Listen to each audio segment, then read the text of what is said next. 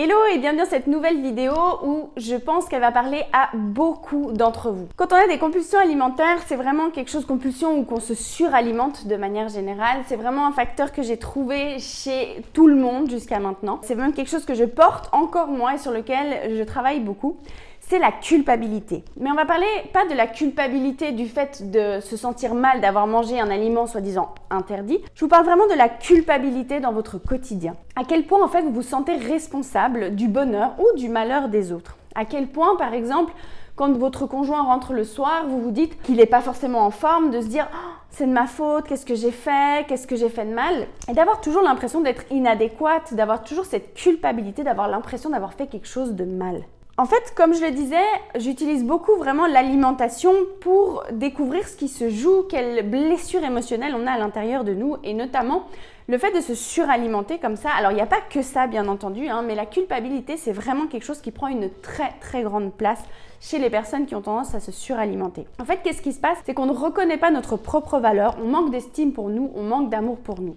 Vous allez me dire, oui, super, rien de neuf sous le soleil. Mais en fait, ce qu'il faut savoir, c'est que foncièrement, ce qui va se passer quand on se sent responsable du bonheur des autres et qu'on se sent coupable si on dit non parce qu'on se dit, bah du coup, c'est pas gentil, j'ai pas le droit. Bref, du coup, qu'est-ce qu'on fait à ce moment-là? On ne se respecte pas et on abuse de nous-mêmes. Du coup, qu'est-ce qu'on fait finalement? On abuse de nous-mêmes dans la nourriture. Notre comportement à la nourriture, le fait d'abuser de nous, de notre corps en mangeant trop, ça vient montrer qu'on abuse de nous dans d'autres sphères de notre vie.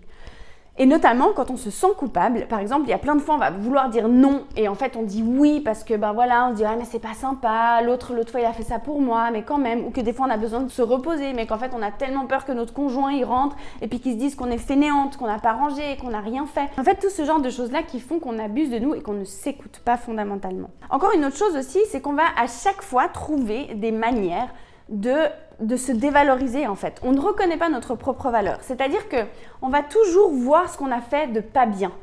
Est-ce que ça vous parle? Je vous invite vraiment à observer dans votre vie à quel point vous êtes toujours en train de vous dire ouais tu vois t'as pas fait ça comme il faut, t'as pas dit ce qu'il fallait, là c'était pas bien fait, vous excusez beaucoup.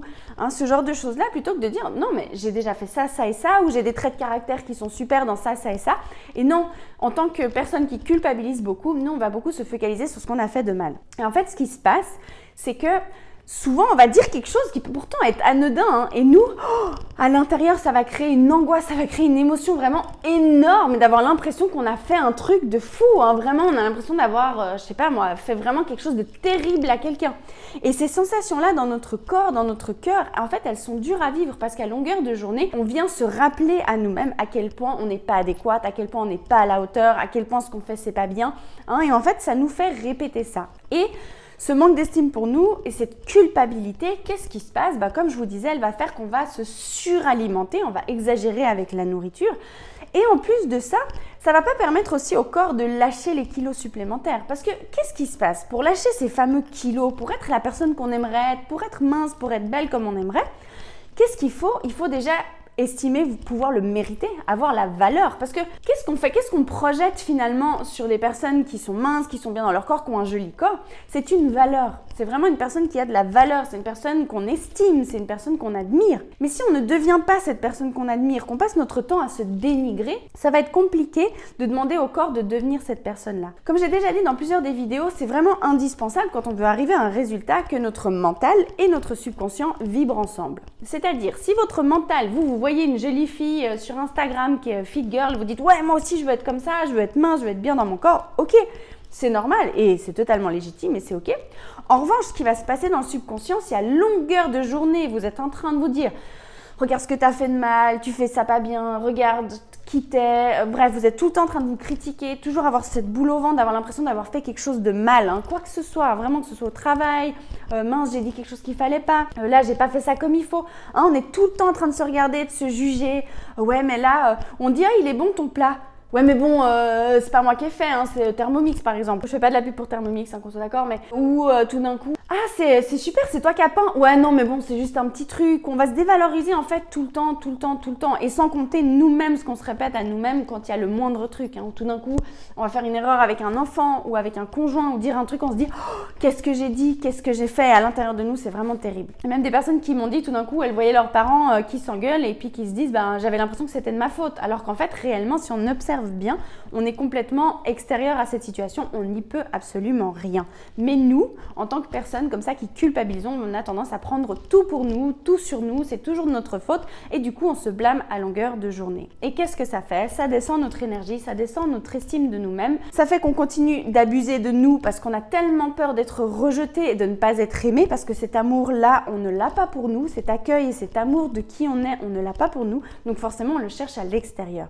Et pour nous, c'est la panique de le perdre, donc qu'est-ce qu'on fait? On continue d'abuser de nous, de dire oui alors qu'on voudrait dire non, de faire des choses qu'on n'a pas forcément envie ou d'exagérer alors que des fois on sent qu'on aurait juste besoin de se poser. Donc voilà en somme vraiment de cette culpabilité dont je voulais vous parler aujourd'hui, c'est vraiment un facteur que je retrouve chez beaucoup de gens, c'est quelque chose que moi-même en ce moment j'expérimente beaucoup, d'oser vraiment me respecter, prendre soin de moi. Ce qu'on réalise pas, c'est que même en devenant adulte, il y a une partie de nous qui reste cet enfant qu'on a été. Et en fait, cette partie de nous-là, elle est sensible, elle est tendre, c'est une partie de nous qui est très importante. Et qu'est-ce qui se passe en fait? Quand on fait ça, on la néglige complètement. Et au final, ce sentiment de panique en fait à l'intérieur, il est réel parce que finalement, c'est exactement pareil que si vous le faisiez à votre enfant ou à un enfant. Ces sentiments-là, on les ressent véritablement. Hein, plein de fois, des gens me disent « Ouais, j'ai du mal à avoir confiance en moi, j'ai du mal à trouver de l'estime pour moi, à m'aimer. » Des fois, je leur dis « Mais est-ce que tu t'aimes ou c'est quoi ta relation avec toi ?» Carrément, quand je dis aux gens « C'est quoi ta relation avec toi ?» il y a un gros blanc. C'est-à-dire la relation avec moi. Parce que oui, on a une relation avec nous. Et là, en l'occurrence, quand on est dans cette culpabilité, cette relation-là, elle n'est pas très agréable, elle ne nous tire pas vers le haut et surtout, elle ne nous amène pas du tout à réussir à pouvoir manger d'une manière qui nous correspond et à notre corps à lâcher les kilos supplémentaires. Voilà, ça me tenait à cœur de faire cette vidéo parce que je sais que c'est un thème qui parle vraiment à beaucoup de gens et surtout que ça pourrit la vie, bien au-delà du fait de se suralimenter et d'avoir du surpoids, le fait d'être en train de se culpabiliser à longueur de temps, de se sentir mal tout le temps pour un oui ou pour un non, de se sentir toujours inadéquat, d'être toujours focalisé sur ce qu'on fait de mal plutôt que de voir les choses bien qu'on a réussi à faire, sur les qualités qu'on a, et bien en fait ça nous rend la vie extrêmement lourde, extrêmement difficile. Et en fait, à partir du moment où on commence à reconnaître les choses bien qu'on fait, la personne belle qu'on est, les belles choses qu'on a faites, c'est pas qu'on est parfaite et qu'on voit plus ce qu'on fait de mal et on peut pas s'améliorer, pas du tout. C'est juste de pouvoir se focaliser aussi sur les belles parties de nous et de se rendre compte que non, le bonheur des autres ou le malheur des autres ne dépend pas de nous. C'est pas nous qui faisons ça. Après, je sais, comme encore une fois, en théorie, c'est toujours super à entendre, mais cette vidéo me tenait à cœur pour que vous preniez justement conscience de tout ça. Observez à quel point dans votre journée vous allez dire oui alors que vous auriez voulu dire non, à quel point vous abusez de vous pour ne pas, pour donner aux autres en fait, pour ne pas être rejeté, par peur de ne pas être aimé, et combien de fois aussi vous vous critiquez, vous vous focalisez sur ce que vous faites de mal plutôt que de voir des choses bien de votre personnalité, de qui vous êtes et de ce que vous faites. Voilà, j'espère du fond du cœur que cette vidéo vous aidera. Je me réjouis de vous retrouver pour la suite et je vous souhaite de passer une merveilleuse journée. À bientôt, ciao ciao!